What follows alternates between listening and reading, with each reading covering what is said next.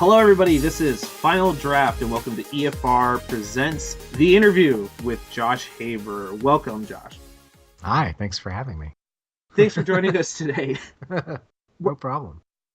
Okay, so I just wanted to start off with a very general question, which is, what's your background in writing? Because you're screenwriter for My Little Pony: Friendship is Magic, but that doesn't just come out of nowhere. How did you get started in the writing industry? The writing industry? Gosh, I kind of feel like I'm still starting in the writing industry. I went to film school at USC here in Los Angeles. My original intention was to be a film director. I was going to be Steven Spielberg. It could happen. Yeah, sure, right? It didn't. Yet. So, yeah, exactly. So far, to this point, it hasn't happened. But, I'm still holding out hope. I kicked around in a bunch of different jobs. I worked in development and television for a while at HBO, and I fell into I moved out of feature film stuff and into television stuff. And once I was sort of working in television, I kind of realized that most of the creative force behind television comes from the writing side. And so I decided to kind of shift my focus and really concentrate on writing. So I left HBO, started just trying to work full-time writing with day jobs here and there. I sold a little web series to Sony. I forget what the name of the company was at the time. All the digital production companies have changed names like 17 times since then. But it was like Sony Pictures Television Digital or something. And I sold them a web series, and me and a partner wrote the pilot, and we shot a presentation, and they were like, great, and they paid us, and then they shelved. And it was kind of fun. It was like sort of like a sci-fi Harry Potter kind of thing. It was cool. And from there, a friend of mine who now works at Hasbro had been getting into animation, which he's always been in animation, but he'd been sort of moving up from like assistant level to director level to vice president. He's sort of an executive superstar at this point. And he had said, well, why don't you try writing for animation? Because I could probably get scripts to people for you. And so I did. I wrote a bunch of specs. Gosh, I don't even remember. I wrote a Clone Wars spec, and I forget the name of the show. It was a Batman show. It was so cool. Was it Batman Beyond, perhaps? I don't think it was Batman Beyond. It was, I hear it's so cool in Batman and show and cartoon, and then that's the image that came to mind. I think it was like there was like a show before Batman Beyond. Well, there was Batman the Animated Series, which was legendary, and then yeah. And it was after that one. I remember that one. I had a friend who actually, I have a few friends who are storyboard artists, and I have a friend who worked on that show. Oh wow, and, that was one of in my opinion, that was a really groundbreaking program. So cool, like the way the look of that show was so simple and easy to execute, but so like evocative and clear and awesome. Oh yeah, and the writing on that show was just phenomenal. Totally. They redefined some of those characters.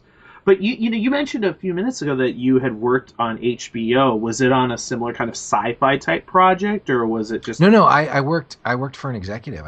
I worked for HBO, the cable channel. And okay. I worked for the woman who was in charge of drama series, and so HBO is sort of I actually don't have a frame of reference, but at HBO it was sort of unique to TV in that they were like a studio and a network and production company all in one. So everything came through our office. What attracted my attention was all the sort of deal memos to the writers who were getting paid exorbitant amounts of money. And I was like, hey, that looks like a good gig. Maybe I should go after that. But like I said, everything came through that office. We approved the Sopranos cookbook. It was like It was a fun job, but ultimately I decided pasta, red sauce, exactly. Pasta, red wine, and then more pasta. Exactly, and guns. and guns. But ultimately I decided I didn't want to be an executive, and that's why I left that.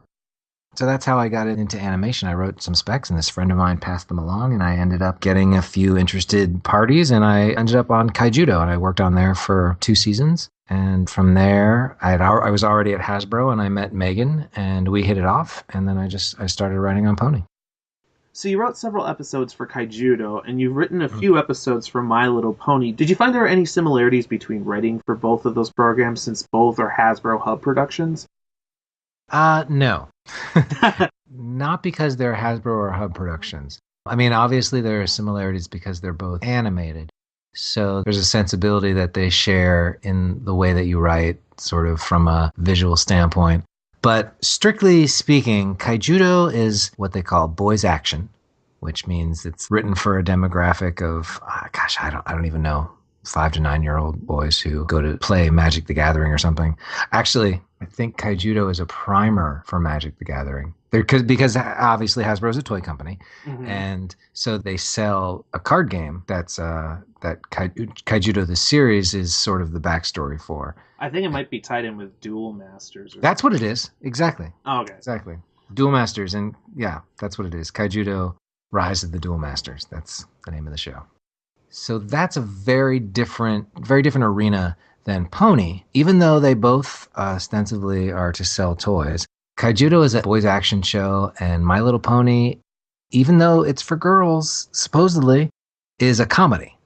So it's sort of like an action show versus a comedy show, and they don't really share a lot.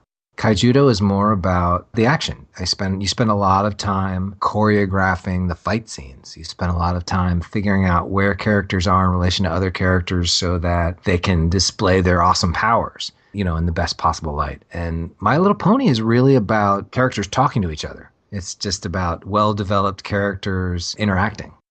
Well, and I was going to say, too, M.A. Larson has described My Little Pony as a sitcom. He says that the best episodes are written where you take two characters who are polar opposites and throw them into a circumstance with each other. Absolutely. I couldn't agree more. I saw something recently. There was somebody on Twitter who was talking about My Little Pony's similarities to Community. Oh, yeah. Yeah, they're saying like Twilight Sparkle is Jeff Winger, and because you always have that. I don't think she's as much of a jock as he is, perchance. But no, but there was that thing at the end of the episode where Jeff calls everybody together and gives a speech on what they've learned. It's like I mean, there were some valid points, let's say. Oh man, I love that show. I mean, what makes I think Community and MLP work so well is that it's an ensemble cast with really defined characters. That have some depth to them. When you write episodes of a show, for you, do you find that you, specifically in this case, My Little Pony, do you find that you write the episodes almost from a character standpoint or more from a story standpoint? And maybe that those two standpoints are too defining, but I mean, when you are approaching a script, do you look at it like, how am I going to make these characters interact, or are you looking more at the overarching story of it?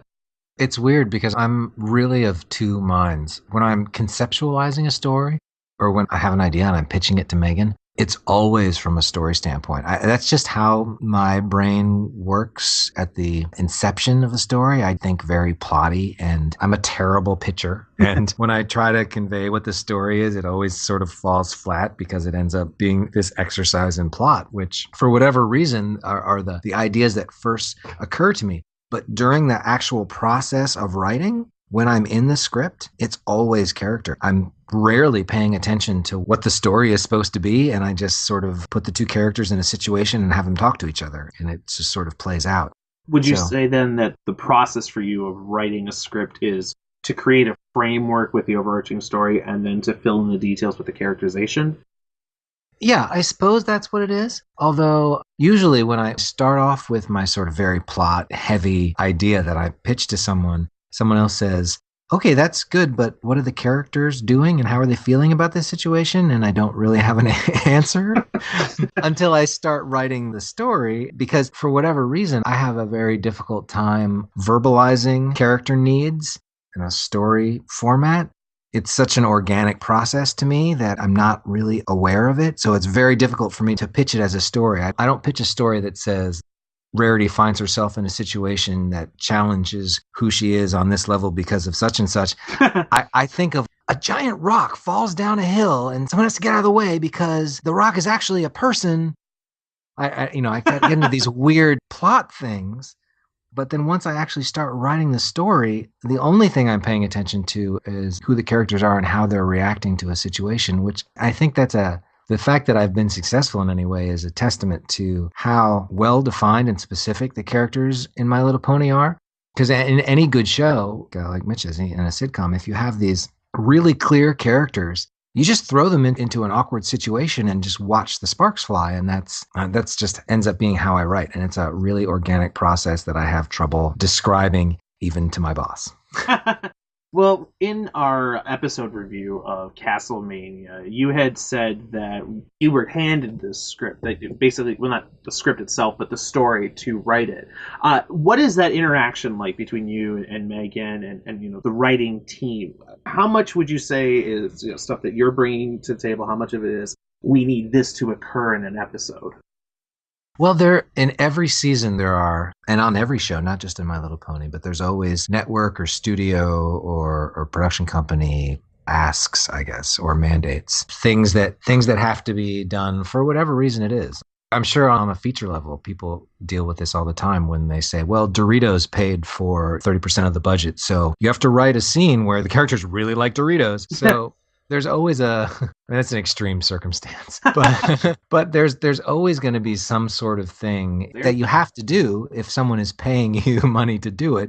I think Colbert did that with the Doritos. There was at least a season where he was just constantly eating Doritos on screen. Right. Then again, he's shameless overall, but yeah. The best is when you can sort of take something like that and turn it on its ear and really make something out of it that is self-aware and cool and still serves your financial master. Those are the best. So with regards to the story for Castlemania, I wouldn't so much say that I was handed the story. We knew that we had to write a story where the gang ends up using the castle as their clubhouse, and we had to establish the journal. And those were really the only two things. We had to sort of establish the castle of the two sisters, and we had to establish the journal. Beyond that, the rest of it was just sort of came about as a process of the writers back and forth discussing various ideas on what would be a great way to do that.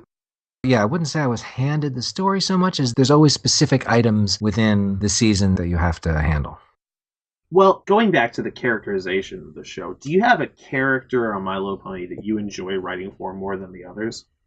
I mean, I've definitely gone on record talking about Rarity. I think in every interview I've done so far, Rarity is very easy for me to write for. I don't know if it's because I'm vain, but there's just something about her. I was thinking about this the other day, because before I said she's just so specific, and it's not that she's just sort of a superficial bimbo. I think it's really what it is about Rarity that's so cool is that she is self-aware. She has this, I don't know how to describe it, this sort of rich girl thing, but she's totally aware of what her deal is. She doesn't hide it. She doesn't pretend to be something other than she is. And she knows that she has these issues, but she embraces them. And I think on a certain level is probably, I don't know if it's come up yet, but is probably really able to make fun of herself for the kinds of things that we call superficial.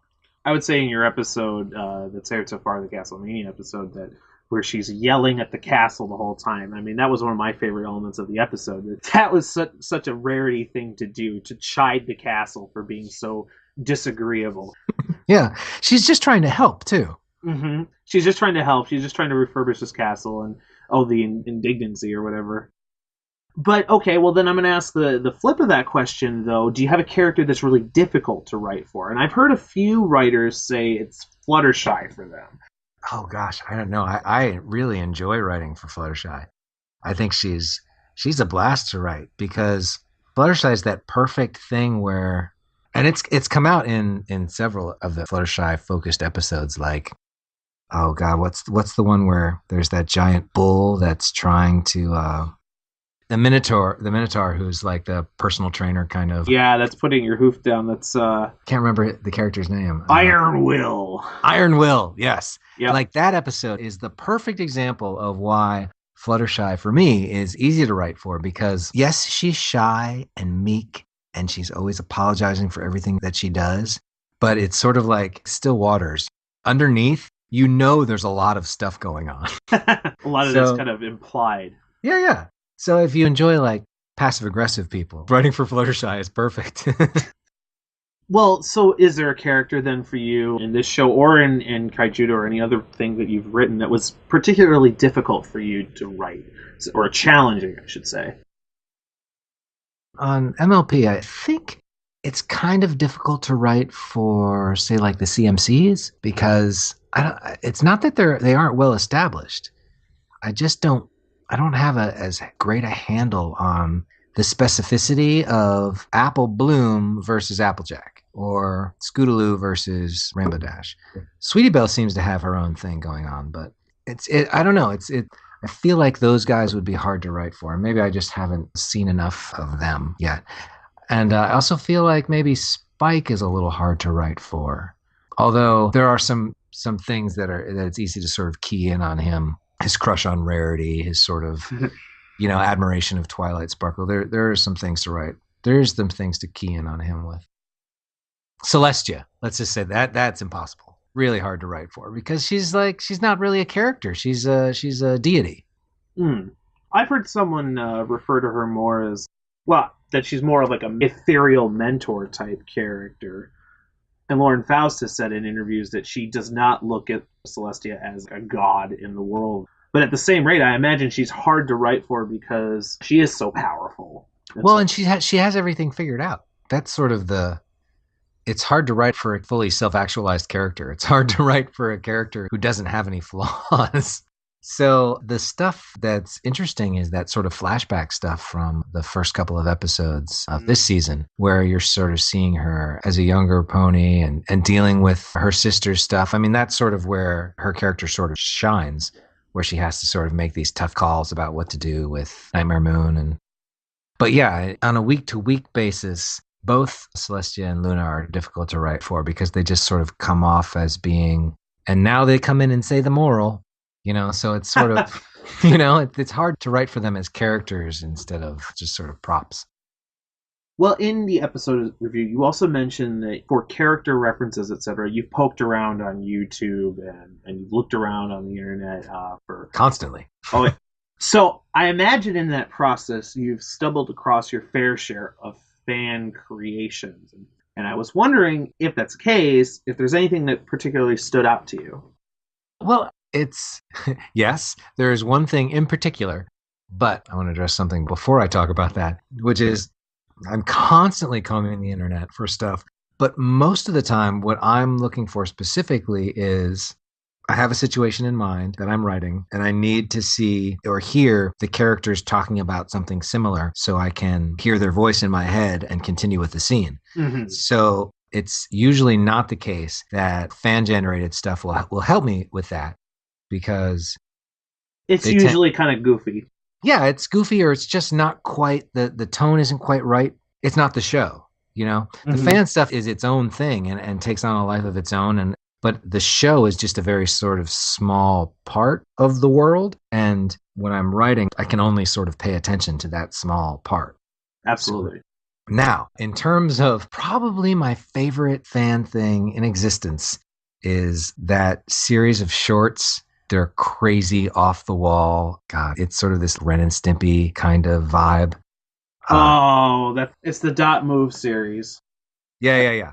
I bet, like Fluttershy Shed and all that. Yeah, the Shed. Yeah. Oh my God, that's is some of the most amazing stuff I've ever seen for any show ever. Ashley Balls actually said that that's some of her favorite stuff too. And Hot Diggity Demon's a really cool guy. Yeah, that stuff is really popular. If I ever go to a convention, I will wear a Rarity is Watching You shirt the entire time, and I will never take it off. So you hear that, Hot Diggity Demon. Go to a convention where Josh Haber shows up. I'm going to buy one of those shirts off of his site, because he deserves as much money as I can send him. I saw him at Animate Miami earlier this year, and he was doing a panel, and somebody walked up and asked him a question, said, "Are you a brony?" He said, I like brownies, but I wouldn't say that I am one. That's just his sense of humor. Good stuff. Well, actually, then kind of taking another step back here, I mean, you are writing for season 4 here. And by the time that season 4 started getting written for, which was about a year ago, the Brony community was pretty well established and the show staff knew about it. So my question is, what was your first encounter with the Brony community, possibly before you were hired on to write for My Little Pony, and what was your first honest impression of what you saw? Because it is kind of weird. I didn't really have any interaction personally. One of my coworkers, one of my friends, Natasha Levinger, who also writes on the show, she had an interaction because she had accidentally, because she's sort of a comedian, she's improv actor and comedian and writer, and she has a Twitter account that she writes crazy, funny stuff on. And at one point, she happened to mention that she had gotten the job to work on My Little Pony. And this was well before anyone had been given the okay to talk about it. Oh, yeah. And so her Twitter account blew up from people saying, oh, there's a new writer. Who is she? Who is this person? Do we trust her? What's going on? And she kind of freaked out because she didn't know what, she had never heard of the fan base, really. And I had sort of heard in passing, but I didn't know the extent of it at all. And so she was freaking out because she thought she was going to get fired because she had like spilled the beans before she had been given permission to. And it ended up being just fine. But she was astounded at how quickly her work experience had been sifted through by the Brony community to determine whether or not she was worthy of writing on the show. Well, coming from the fandom perspective, I think that there are a lot of Bronies out there that definitely are that kind of, they're very anal retentive, but I think for the most part they're forgiving. They're more happy to see that there's more content being produced. Mm-hmm.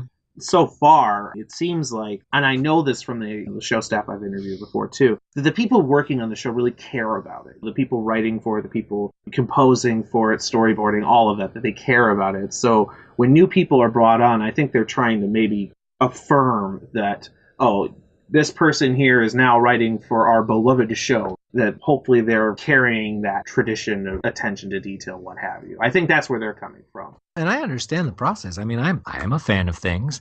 And the things that I am a fan of, I want the people who make them to do a good job. Like, I absolutely get that 100%.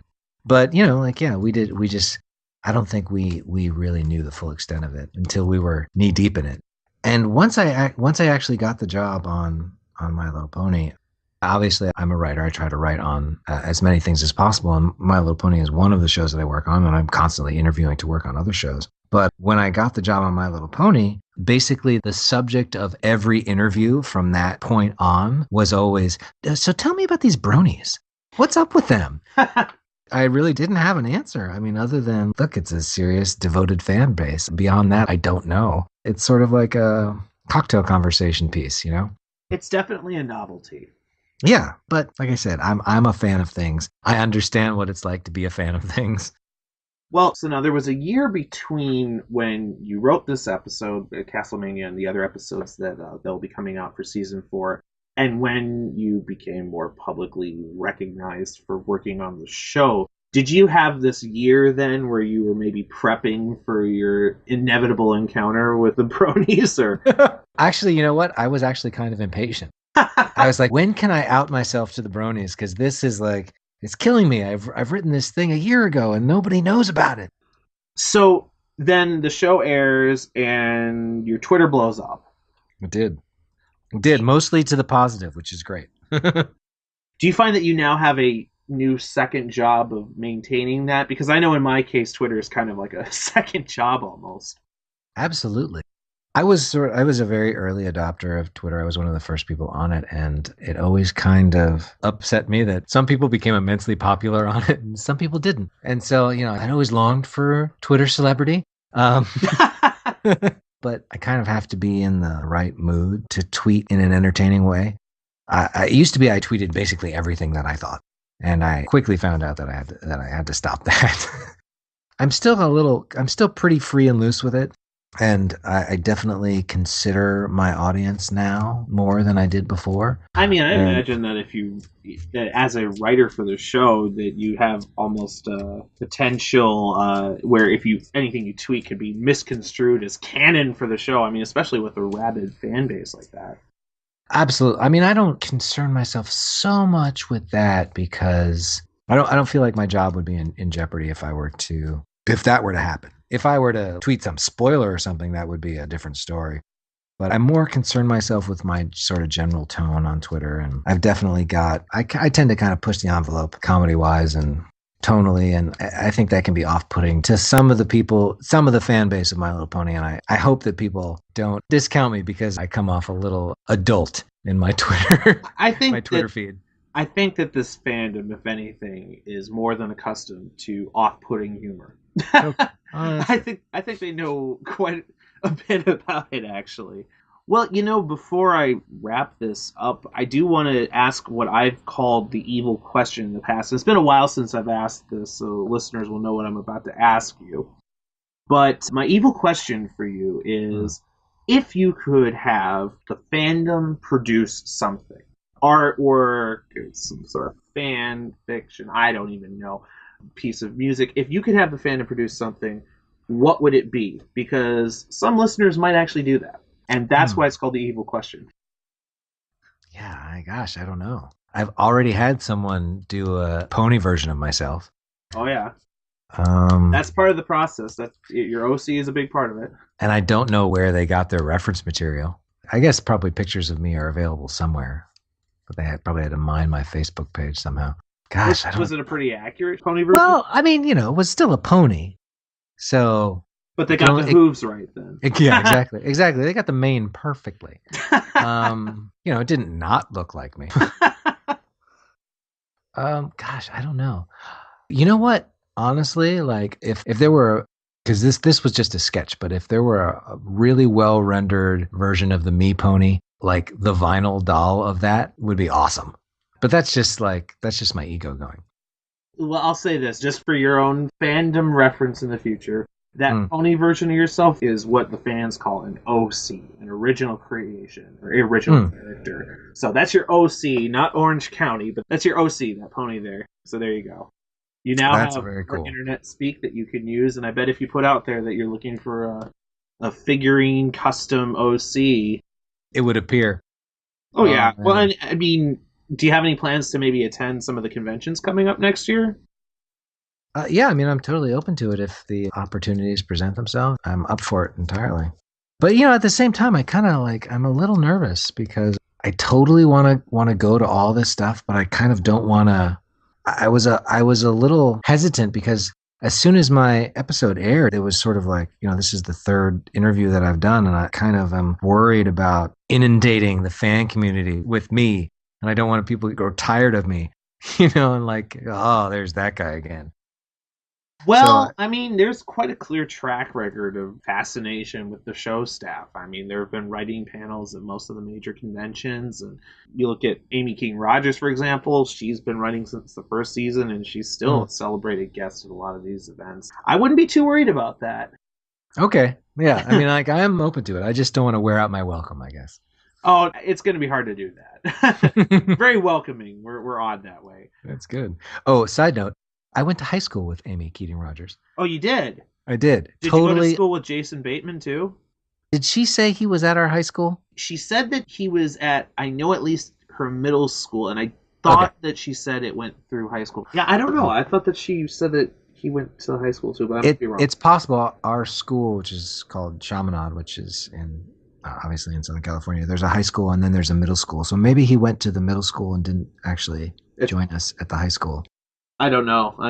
Might be that, but yeah, I was actually really good friends with her younger brother, and I remember because we did musical theater, and after a production of Once Upon a Mattress, I remember having like a cast party at her house, and her mom made chicken wings. That's awesome. But I had no idea she was working on the show or that she even wrote in animation at all. In fact, my wife, totally unrelated. My wife went to Occidental College where Amy went and knew her from Occidental College. And we went to a little party my wife said, hey, some friends of mine from college are having a party. Let's go. I went to the party and I was sort of wandering through the house. And in a picture over the mantle of the fireplace, I was like, hey, why is your friend from college in this picture with my friend from high school? And we walked out and she was like, wait, you know my brother? And I was like, hold on, Amy? It was very weird. And then I found out that she worked in animation, and totally random years later, we both ended up on My Little Pony together. It's kind of funny. The fates conspired. There was thunder or some sort of atmospheric disturbance. Something happened. Clearly forces are at work to make My Little Pony as good as possible. And now that's canon.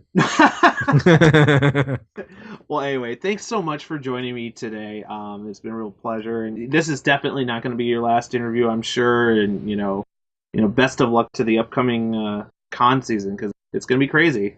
I hope so. I'm ready for it. I mean, mostly I'm excited about what is the one in Baltimore. Is that BronyCon? Yeah. Because I have family in Baltimore, so it'd be the perfect excuse for me to go back and visit them. Well, Josh Haber is a new writer for season 4 of My Little Pony Friendship is Magic. Thanks so much for being me. Oh, I had a great time. Thank you. And this has been Final Draft, and stay tuned to EFR Presents for more interviews coming soon.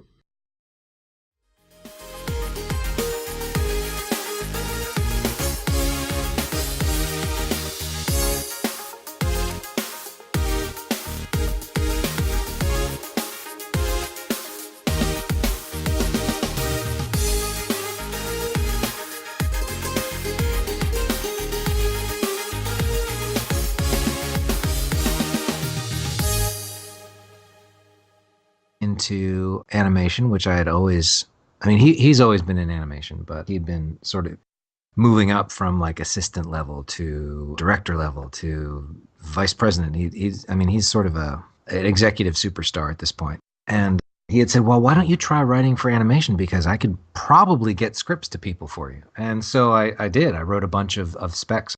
Gosh, I don't even remember. Oh, I wrote a Clone Wars spec, and I forget the name of the show. It was a Batman show. It was so cool. Was it Batman Beyond, perhaps? I don't think it was Batman Beyond. It was I hear it's so cool in Batman and show and cartoon, and then that's the image that came to mind. I think it was like there was like a show before Batman Beyond. Well, there was Batman the Animated Series, which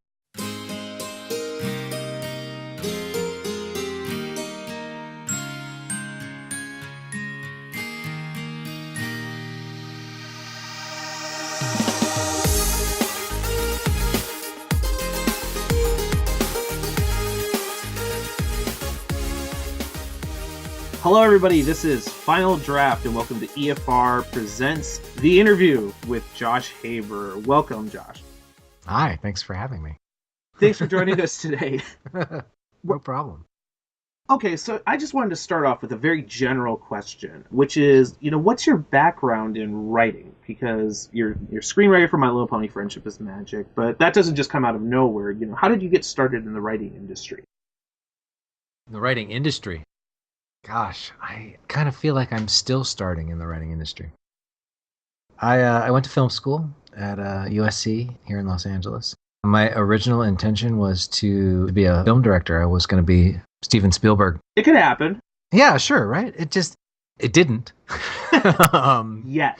So, yeah, exactly. So far, to this point, it hasn't happened. But, I'm still holding out hope. I kicked around in a bunch of different jobs. I worked in development and television for a while at HBO, and I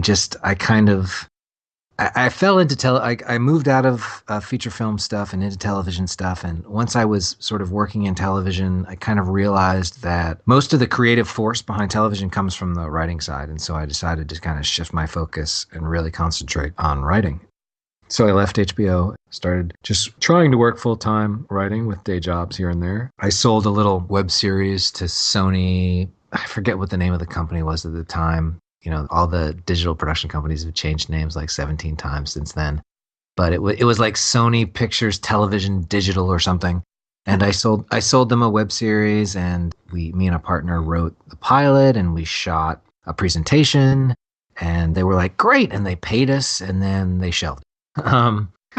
And it was kind of fun. It was like sort of like a sci-fi Harry Potter kind of thing. It was cool. And from there, a friend of mine who now works at Hasbro had been getting Which was legendary. And then yeah. And it was after that one. I remember that one. I had a friend who actually, I have a few friends who are storyboard artists, and I have a friend who worked on that show. Oh, wow. And, that was one of the, in my opinion, that was a really groundbreaking program. So cool. Like the way the look of that show was so simple and easy to execute, but so like evocative and clear and awesome. Oh, yeah. And the writing on that show was just phenomenal. I mean, totally. It redefined some of those characters. But you mentioned a few minutes ago that you had worked on HBO. Was it on a similar kind of sci-fi type project, or was it just? No. I worked for an executive. I worked for HBO, the cable channel. And okay. I worked for the woman who was in charge of drama series, and so HBO is sort of